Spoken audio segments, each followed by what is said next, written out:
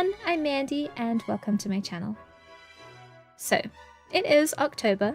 Halloween is quickly approaching, or has maybe arrived, depending on how long this video takes me to edit.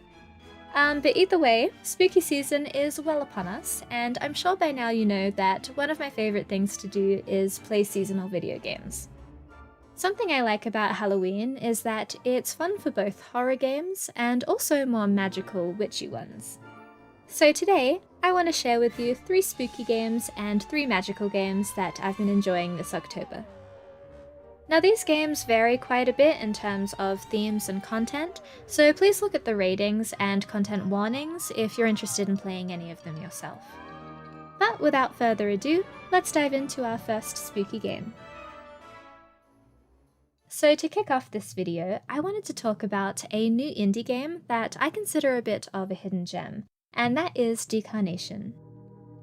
Decarnation is a horror adventure game that is very story-driven. It's about a girl named Gloria who is a cabaret dancer in Paris.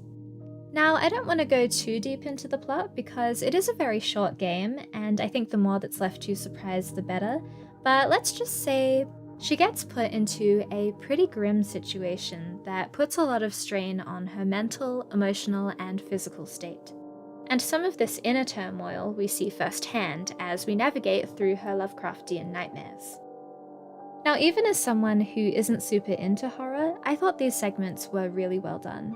There's a lot of abstract and uncomfortable imagery in these scenes that tie in with the greater story about Gloria's life, and so even when it's frightening, it still feels meaningful. And the thing that I really appreciate about Decarnation is the way that these horror sequences are balanced against story exposition.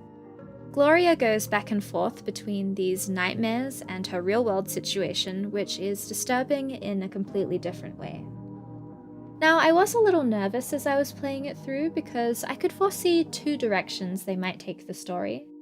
Thankfully, they went the way I was hoping for, and I was very content with the ending and the overall message of the game. Now, while I'm here, I feel like I also need to talk about Decarnation's soundtrack because it is fantastic. Something I found very interesting is that most of the atmospheric music was actually composed by Akira Yamaoka, who also composed for Silent Hill. And then the game also features a handful of French pop music, which was done by a group called Fleur and Bleue. Because Gloria is a dancer, there's a handful of small rhythm game sections where she dances to these songs, and they are wonderful. They have this certain air to them that feels hopeful and healing and just all-round beautiful. The juxtaposition of their music against the darker tracks is really interesting, and it's a theme that runs through so many elements of the story and the game itself. It's full of these tonal shifts that somehow work really well. But anyway, that's Decarnation. This game completely surprised me, and was an experience that I think will stay with me for a while. Okay, so my first witchy game of this list is GrimGrimoire OnceMore.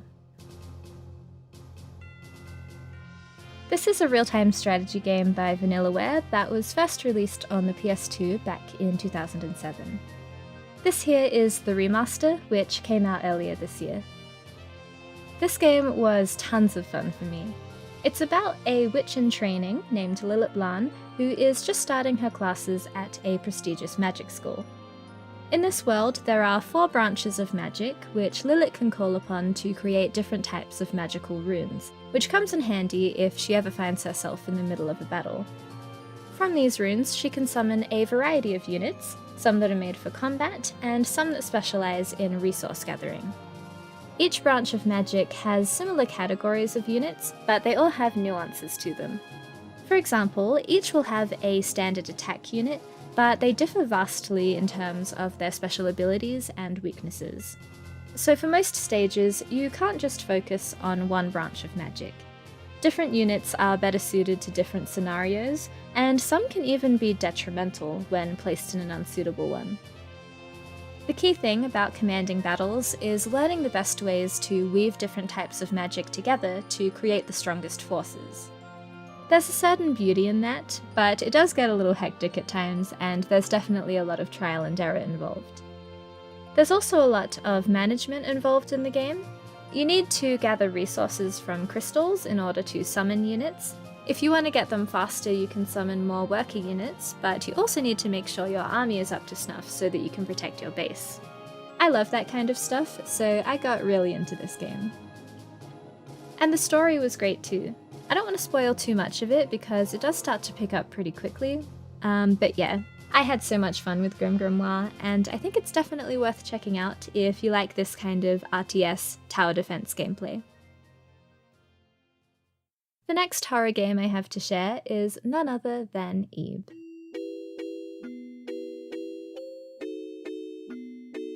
This here is a remake of the cult classic PC game that originally came out in 2012.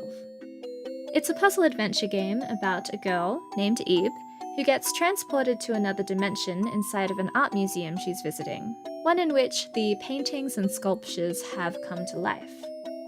Throughout the game, Ebe must solve the museum's various puzzles and riddles in order to find her way out and back to the real world. And luckily, she happens to meet a few new friends along the way who are there to help. So my first playthrough took me about 2 hours, and I had a really good time. I thought the puzzles were very interesting and varied, and the overall pacing was really good. It also had a very healthy scare factor for me. There were a handful of jump scares that definitely got me, but it wasn't overdone at all, so I was able to enjoy them, even as someone who can be a bit of a wimp. The only thing that disappointed me was that the story didn't have as much depth as I would have liked. That's not to say it doesn't have an interesting one, but, well, there are multiple endings, and you can't get the quote-unquote true end on your first playthrough. So I ended up spending an extra 50 minutes replaying the game and doing all those same puzzles again, while also trying to fulfill those tedious ending conditions. And then, when I finally got to see the true ending, I found it very underwhelming. I was expecting some sort of big twist or revelation, and there really wasn't anything like that. There was actually just one small difference between the true end and my first ending, and in my opinion it didn't really add anything to the greater story of the game. Certainly not enough that the hassle of spending an extra hour replaying the game felt worth it.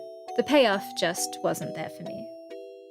But on the bright side, on your second playthrough you do unlock a secret area at the end of the game that has even more puzzle rooms, so that does make it a little more worthwhile. So yeah, I think Ebe is a great little game to play on Halloween, and you'll probably appreciate the story more if you don't set your expectations as high as I did. The next game I have to share is an early access title called Little Witch in the Woods. So this game is probably best described as a story-driven adventure crafting sim. You play as an apprentice witch named Ellie, who has set up shop in an abandoned witch's house in the middle of the woods. Throughout the game, she uses her magical concoctions to help the residents of the nearby village and to assist herself in her exploration of the forest. I thought this game was incredibly charming. Everything about it, from the character designs to the story, was exactly the kind of vibe I was looking for. It follows the same formula as a lot of other crafting games. You gather materials, unlock recipes, fulfill orders from villagers. It's pretty standard stuff for the genre, but I think the personality this game has really makes it stand out. One of my favourite details is that Ellie has a talking witch's hat named Virgil, and they have a really fun dynamic with each other. Like I said, the game is in early access at the moment, so it's still in active development, which I understand might be a turn-off for some people. It is more of a taste test, and there are some rough edges here and there, most notably in the translation. I did come across a good handful of writing errors, but they didn't bother me too much. But I can say that even as an incomplete game with some imperfections, I adored Little Witch in the Woods. It's definitely one of my favourites on this list, and I'm so glad I decided to play it this October. For our next spooky game, we have Masm, Jekyll and Hyde, which is a retelling of my favourite classic gothic novella, The Strange Case of Dr. Jekyll and Mr. Hyde. If you're unfamiliar with the story, it's about a lawyer named John Utterson who is friends with a man named Henry Jekyll. But lately, Jekyll hasn't been acting like himself. He shuts himself in his laboratory all day and doesn't seem to want to talk to anybody, other than a new friend of his named Edward Hyde. Now, Hyde is an atrocious man who is known on the streets of London to be a very, very violent and all-round horrible individual. He completely misaligns with Jekyll's morals, which causes John to become very worried for his friend. Is this Hyde person manipulating him, blackmailing him to fulfill his wishes, or is there something even more sinister at play here? Mazam's version of the story takes the form of a point-and-click adventure game, and I think they did a great job with it. It's very faithful to Stevenson's original work, which I think is fantastic. I can tell they put a lot of care into making not only the story, but also the locations feel as accurate as possible. I love the artistic direction they went into. They did a fantastic job recreating that dark and mysterious atmosphere that flows throughout the novel. Now, I will say that their puzzles were not the best. There was no real challenge to them, and they really just felt like attempts to force interactivity into the game. So I feel like your level of enjoyment with the game will probably depend on how much you're interested in experiencing or re-experiencing the story of Jekyll and Hyde. For me, I think I fit that particular niche where I was able to have a really great time with it.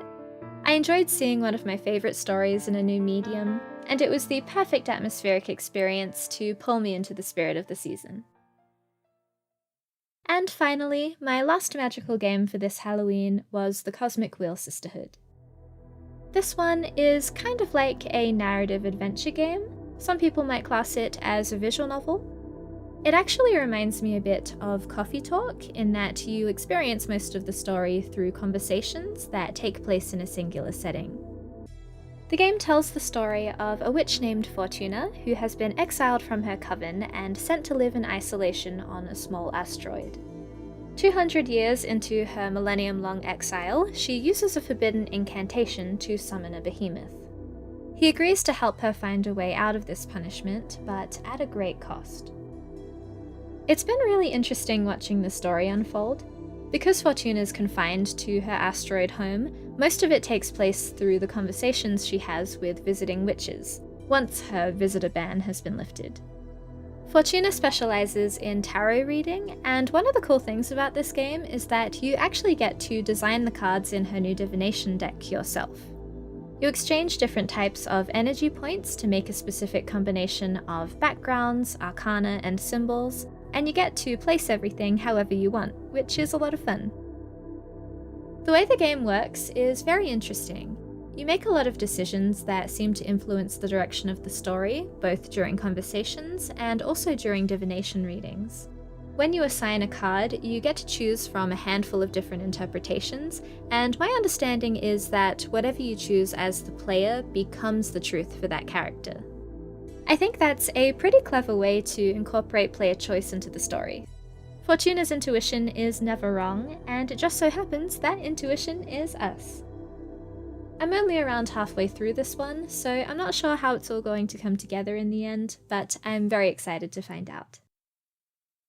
So those were all the spooky and magical games I've been playing this Halloween. I had a lot of fun putting this video together, so I hope you enjoyed it, and maybe even found something that piques your interest. I'd love to hear what everyone else has been playing this season, so let me know down below. But anyway, that's all from me for today. I hope you guys have a wonderful day and a happy Halloween. Bye!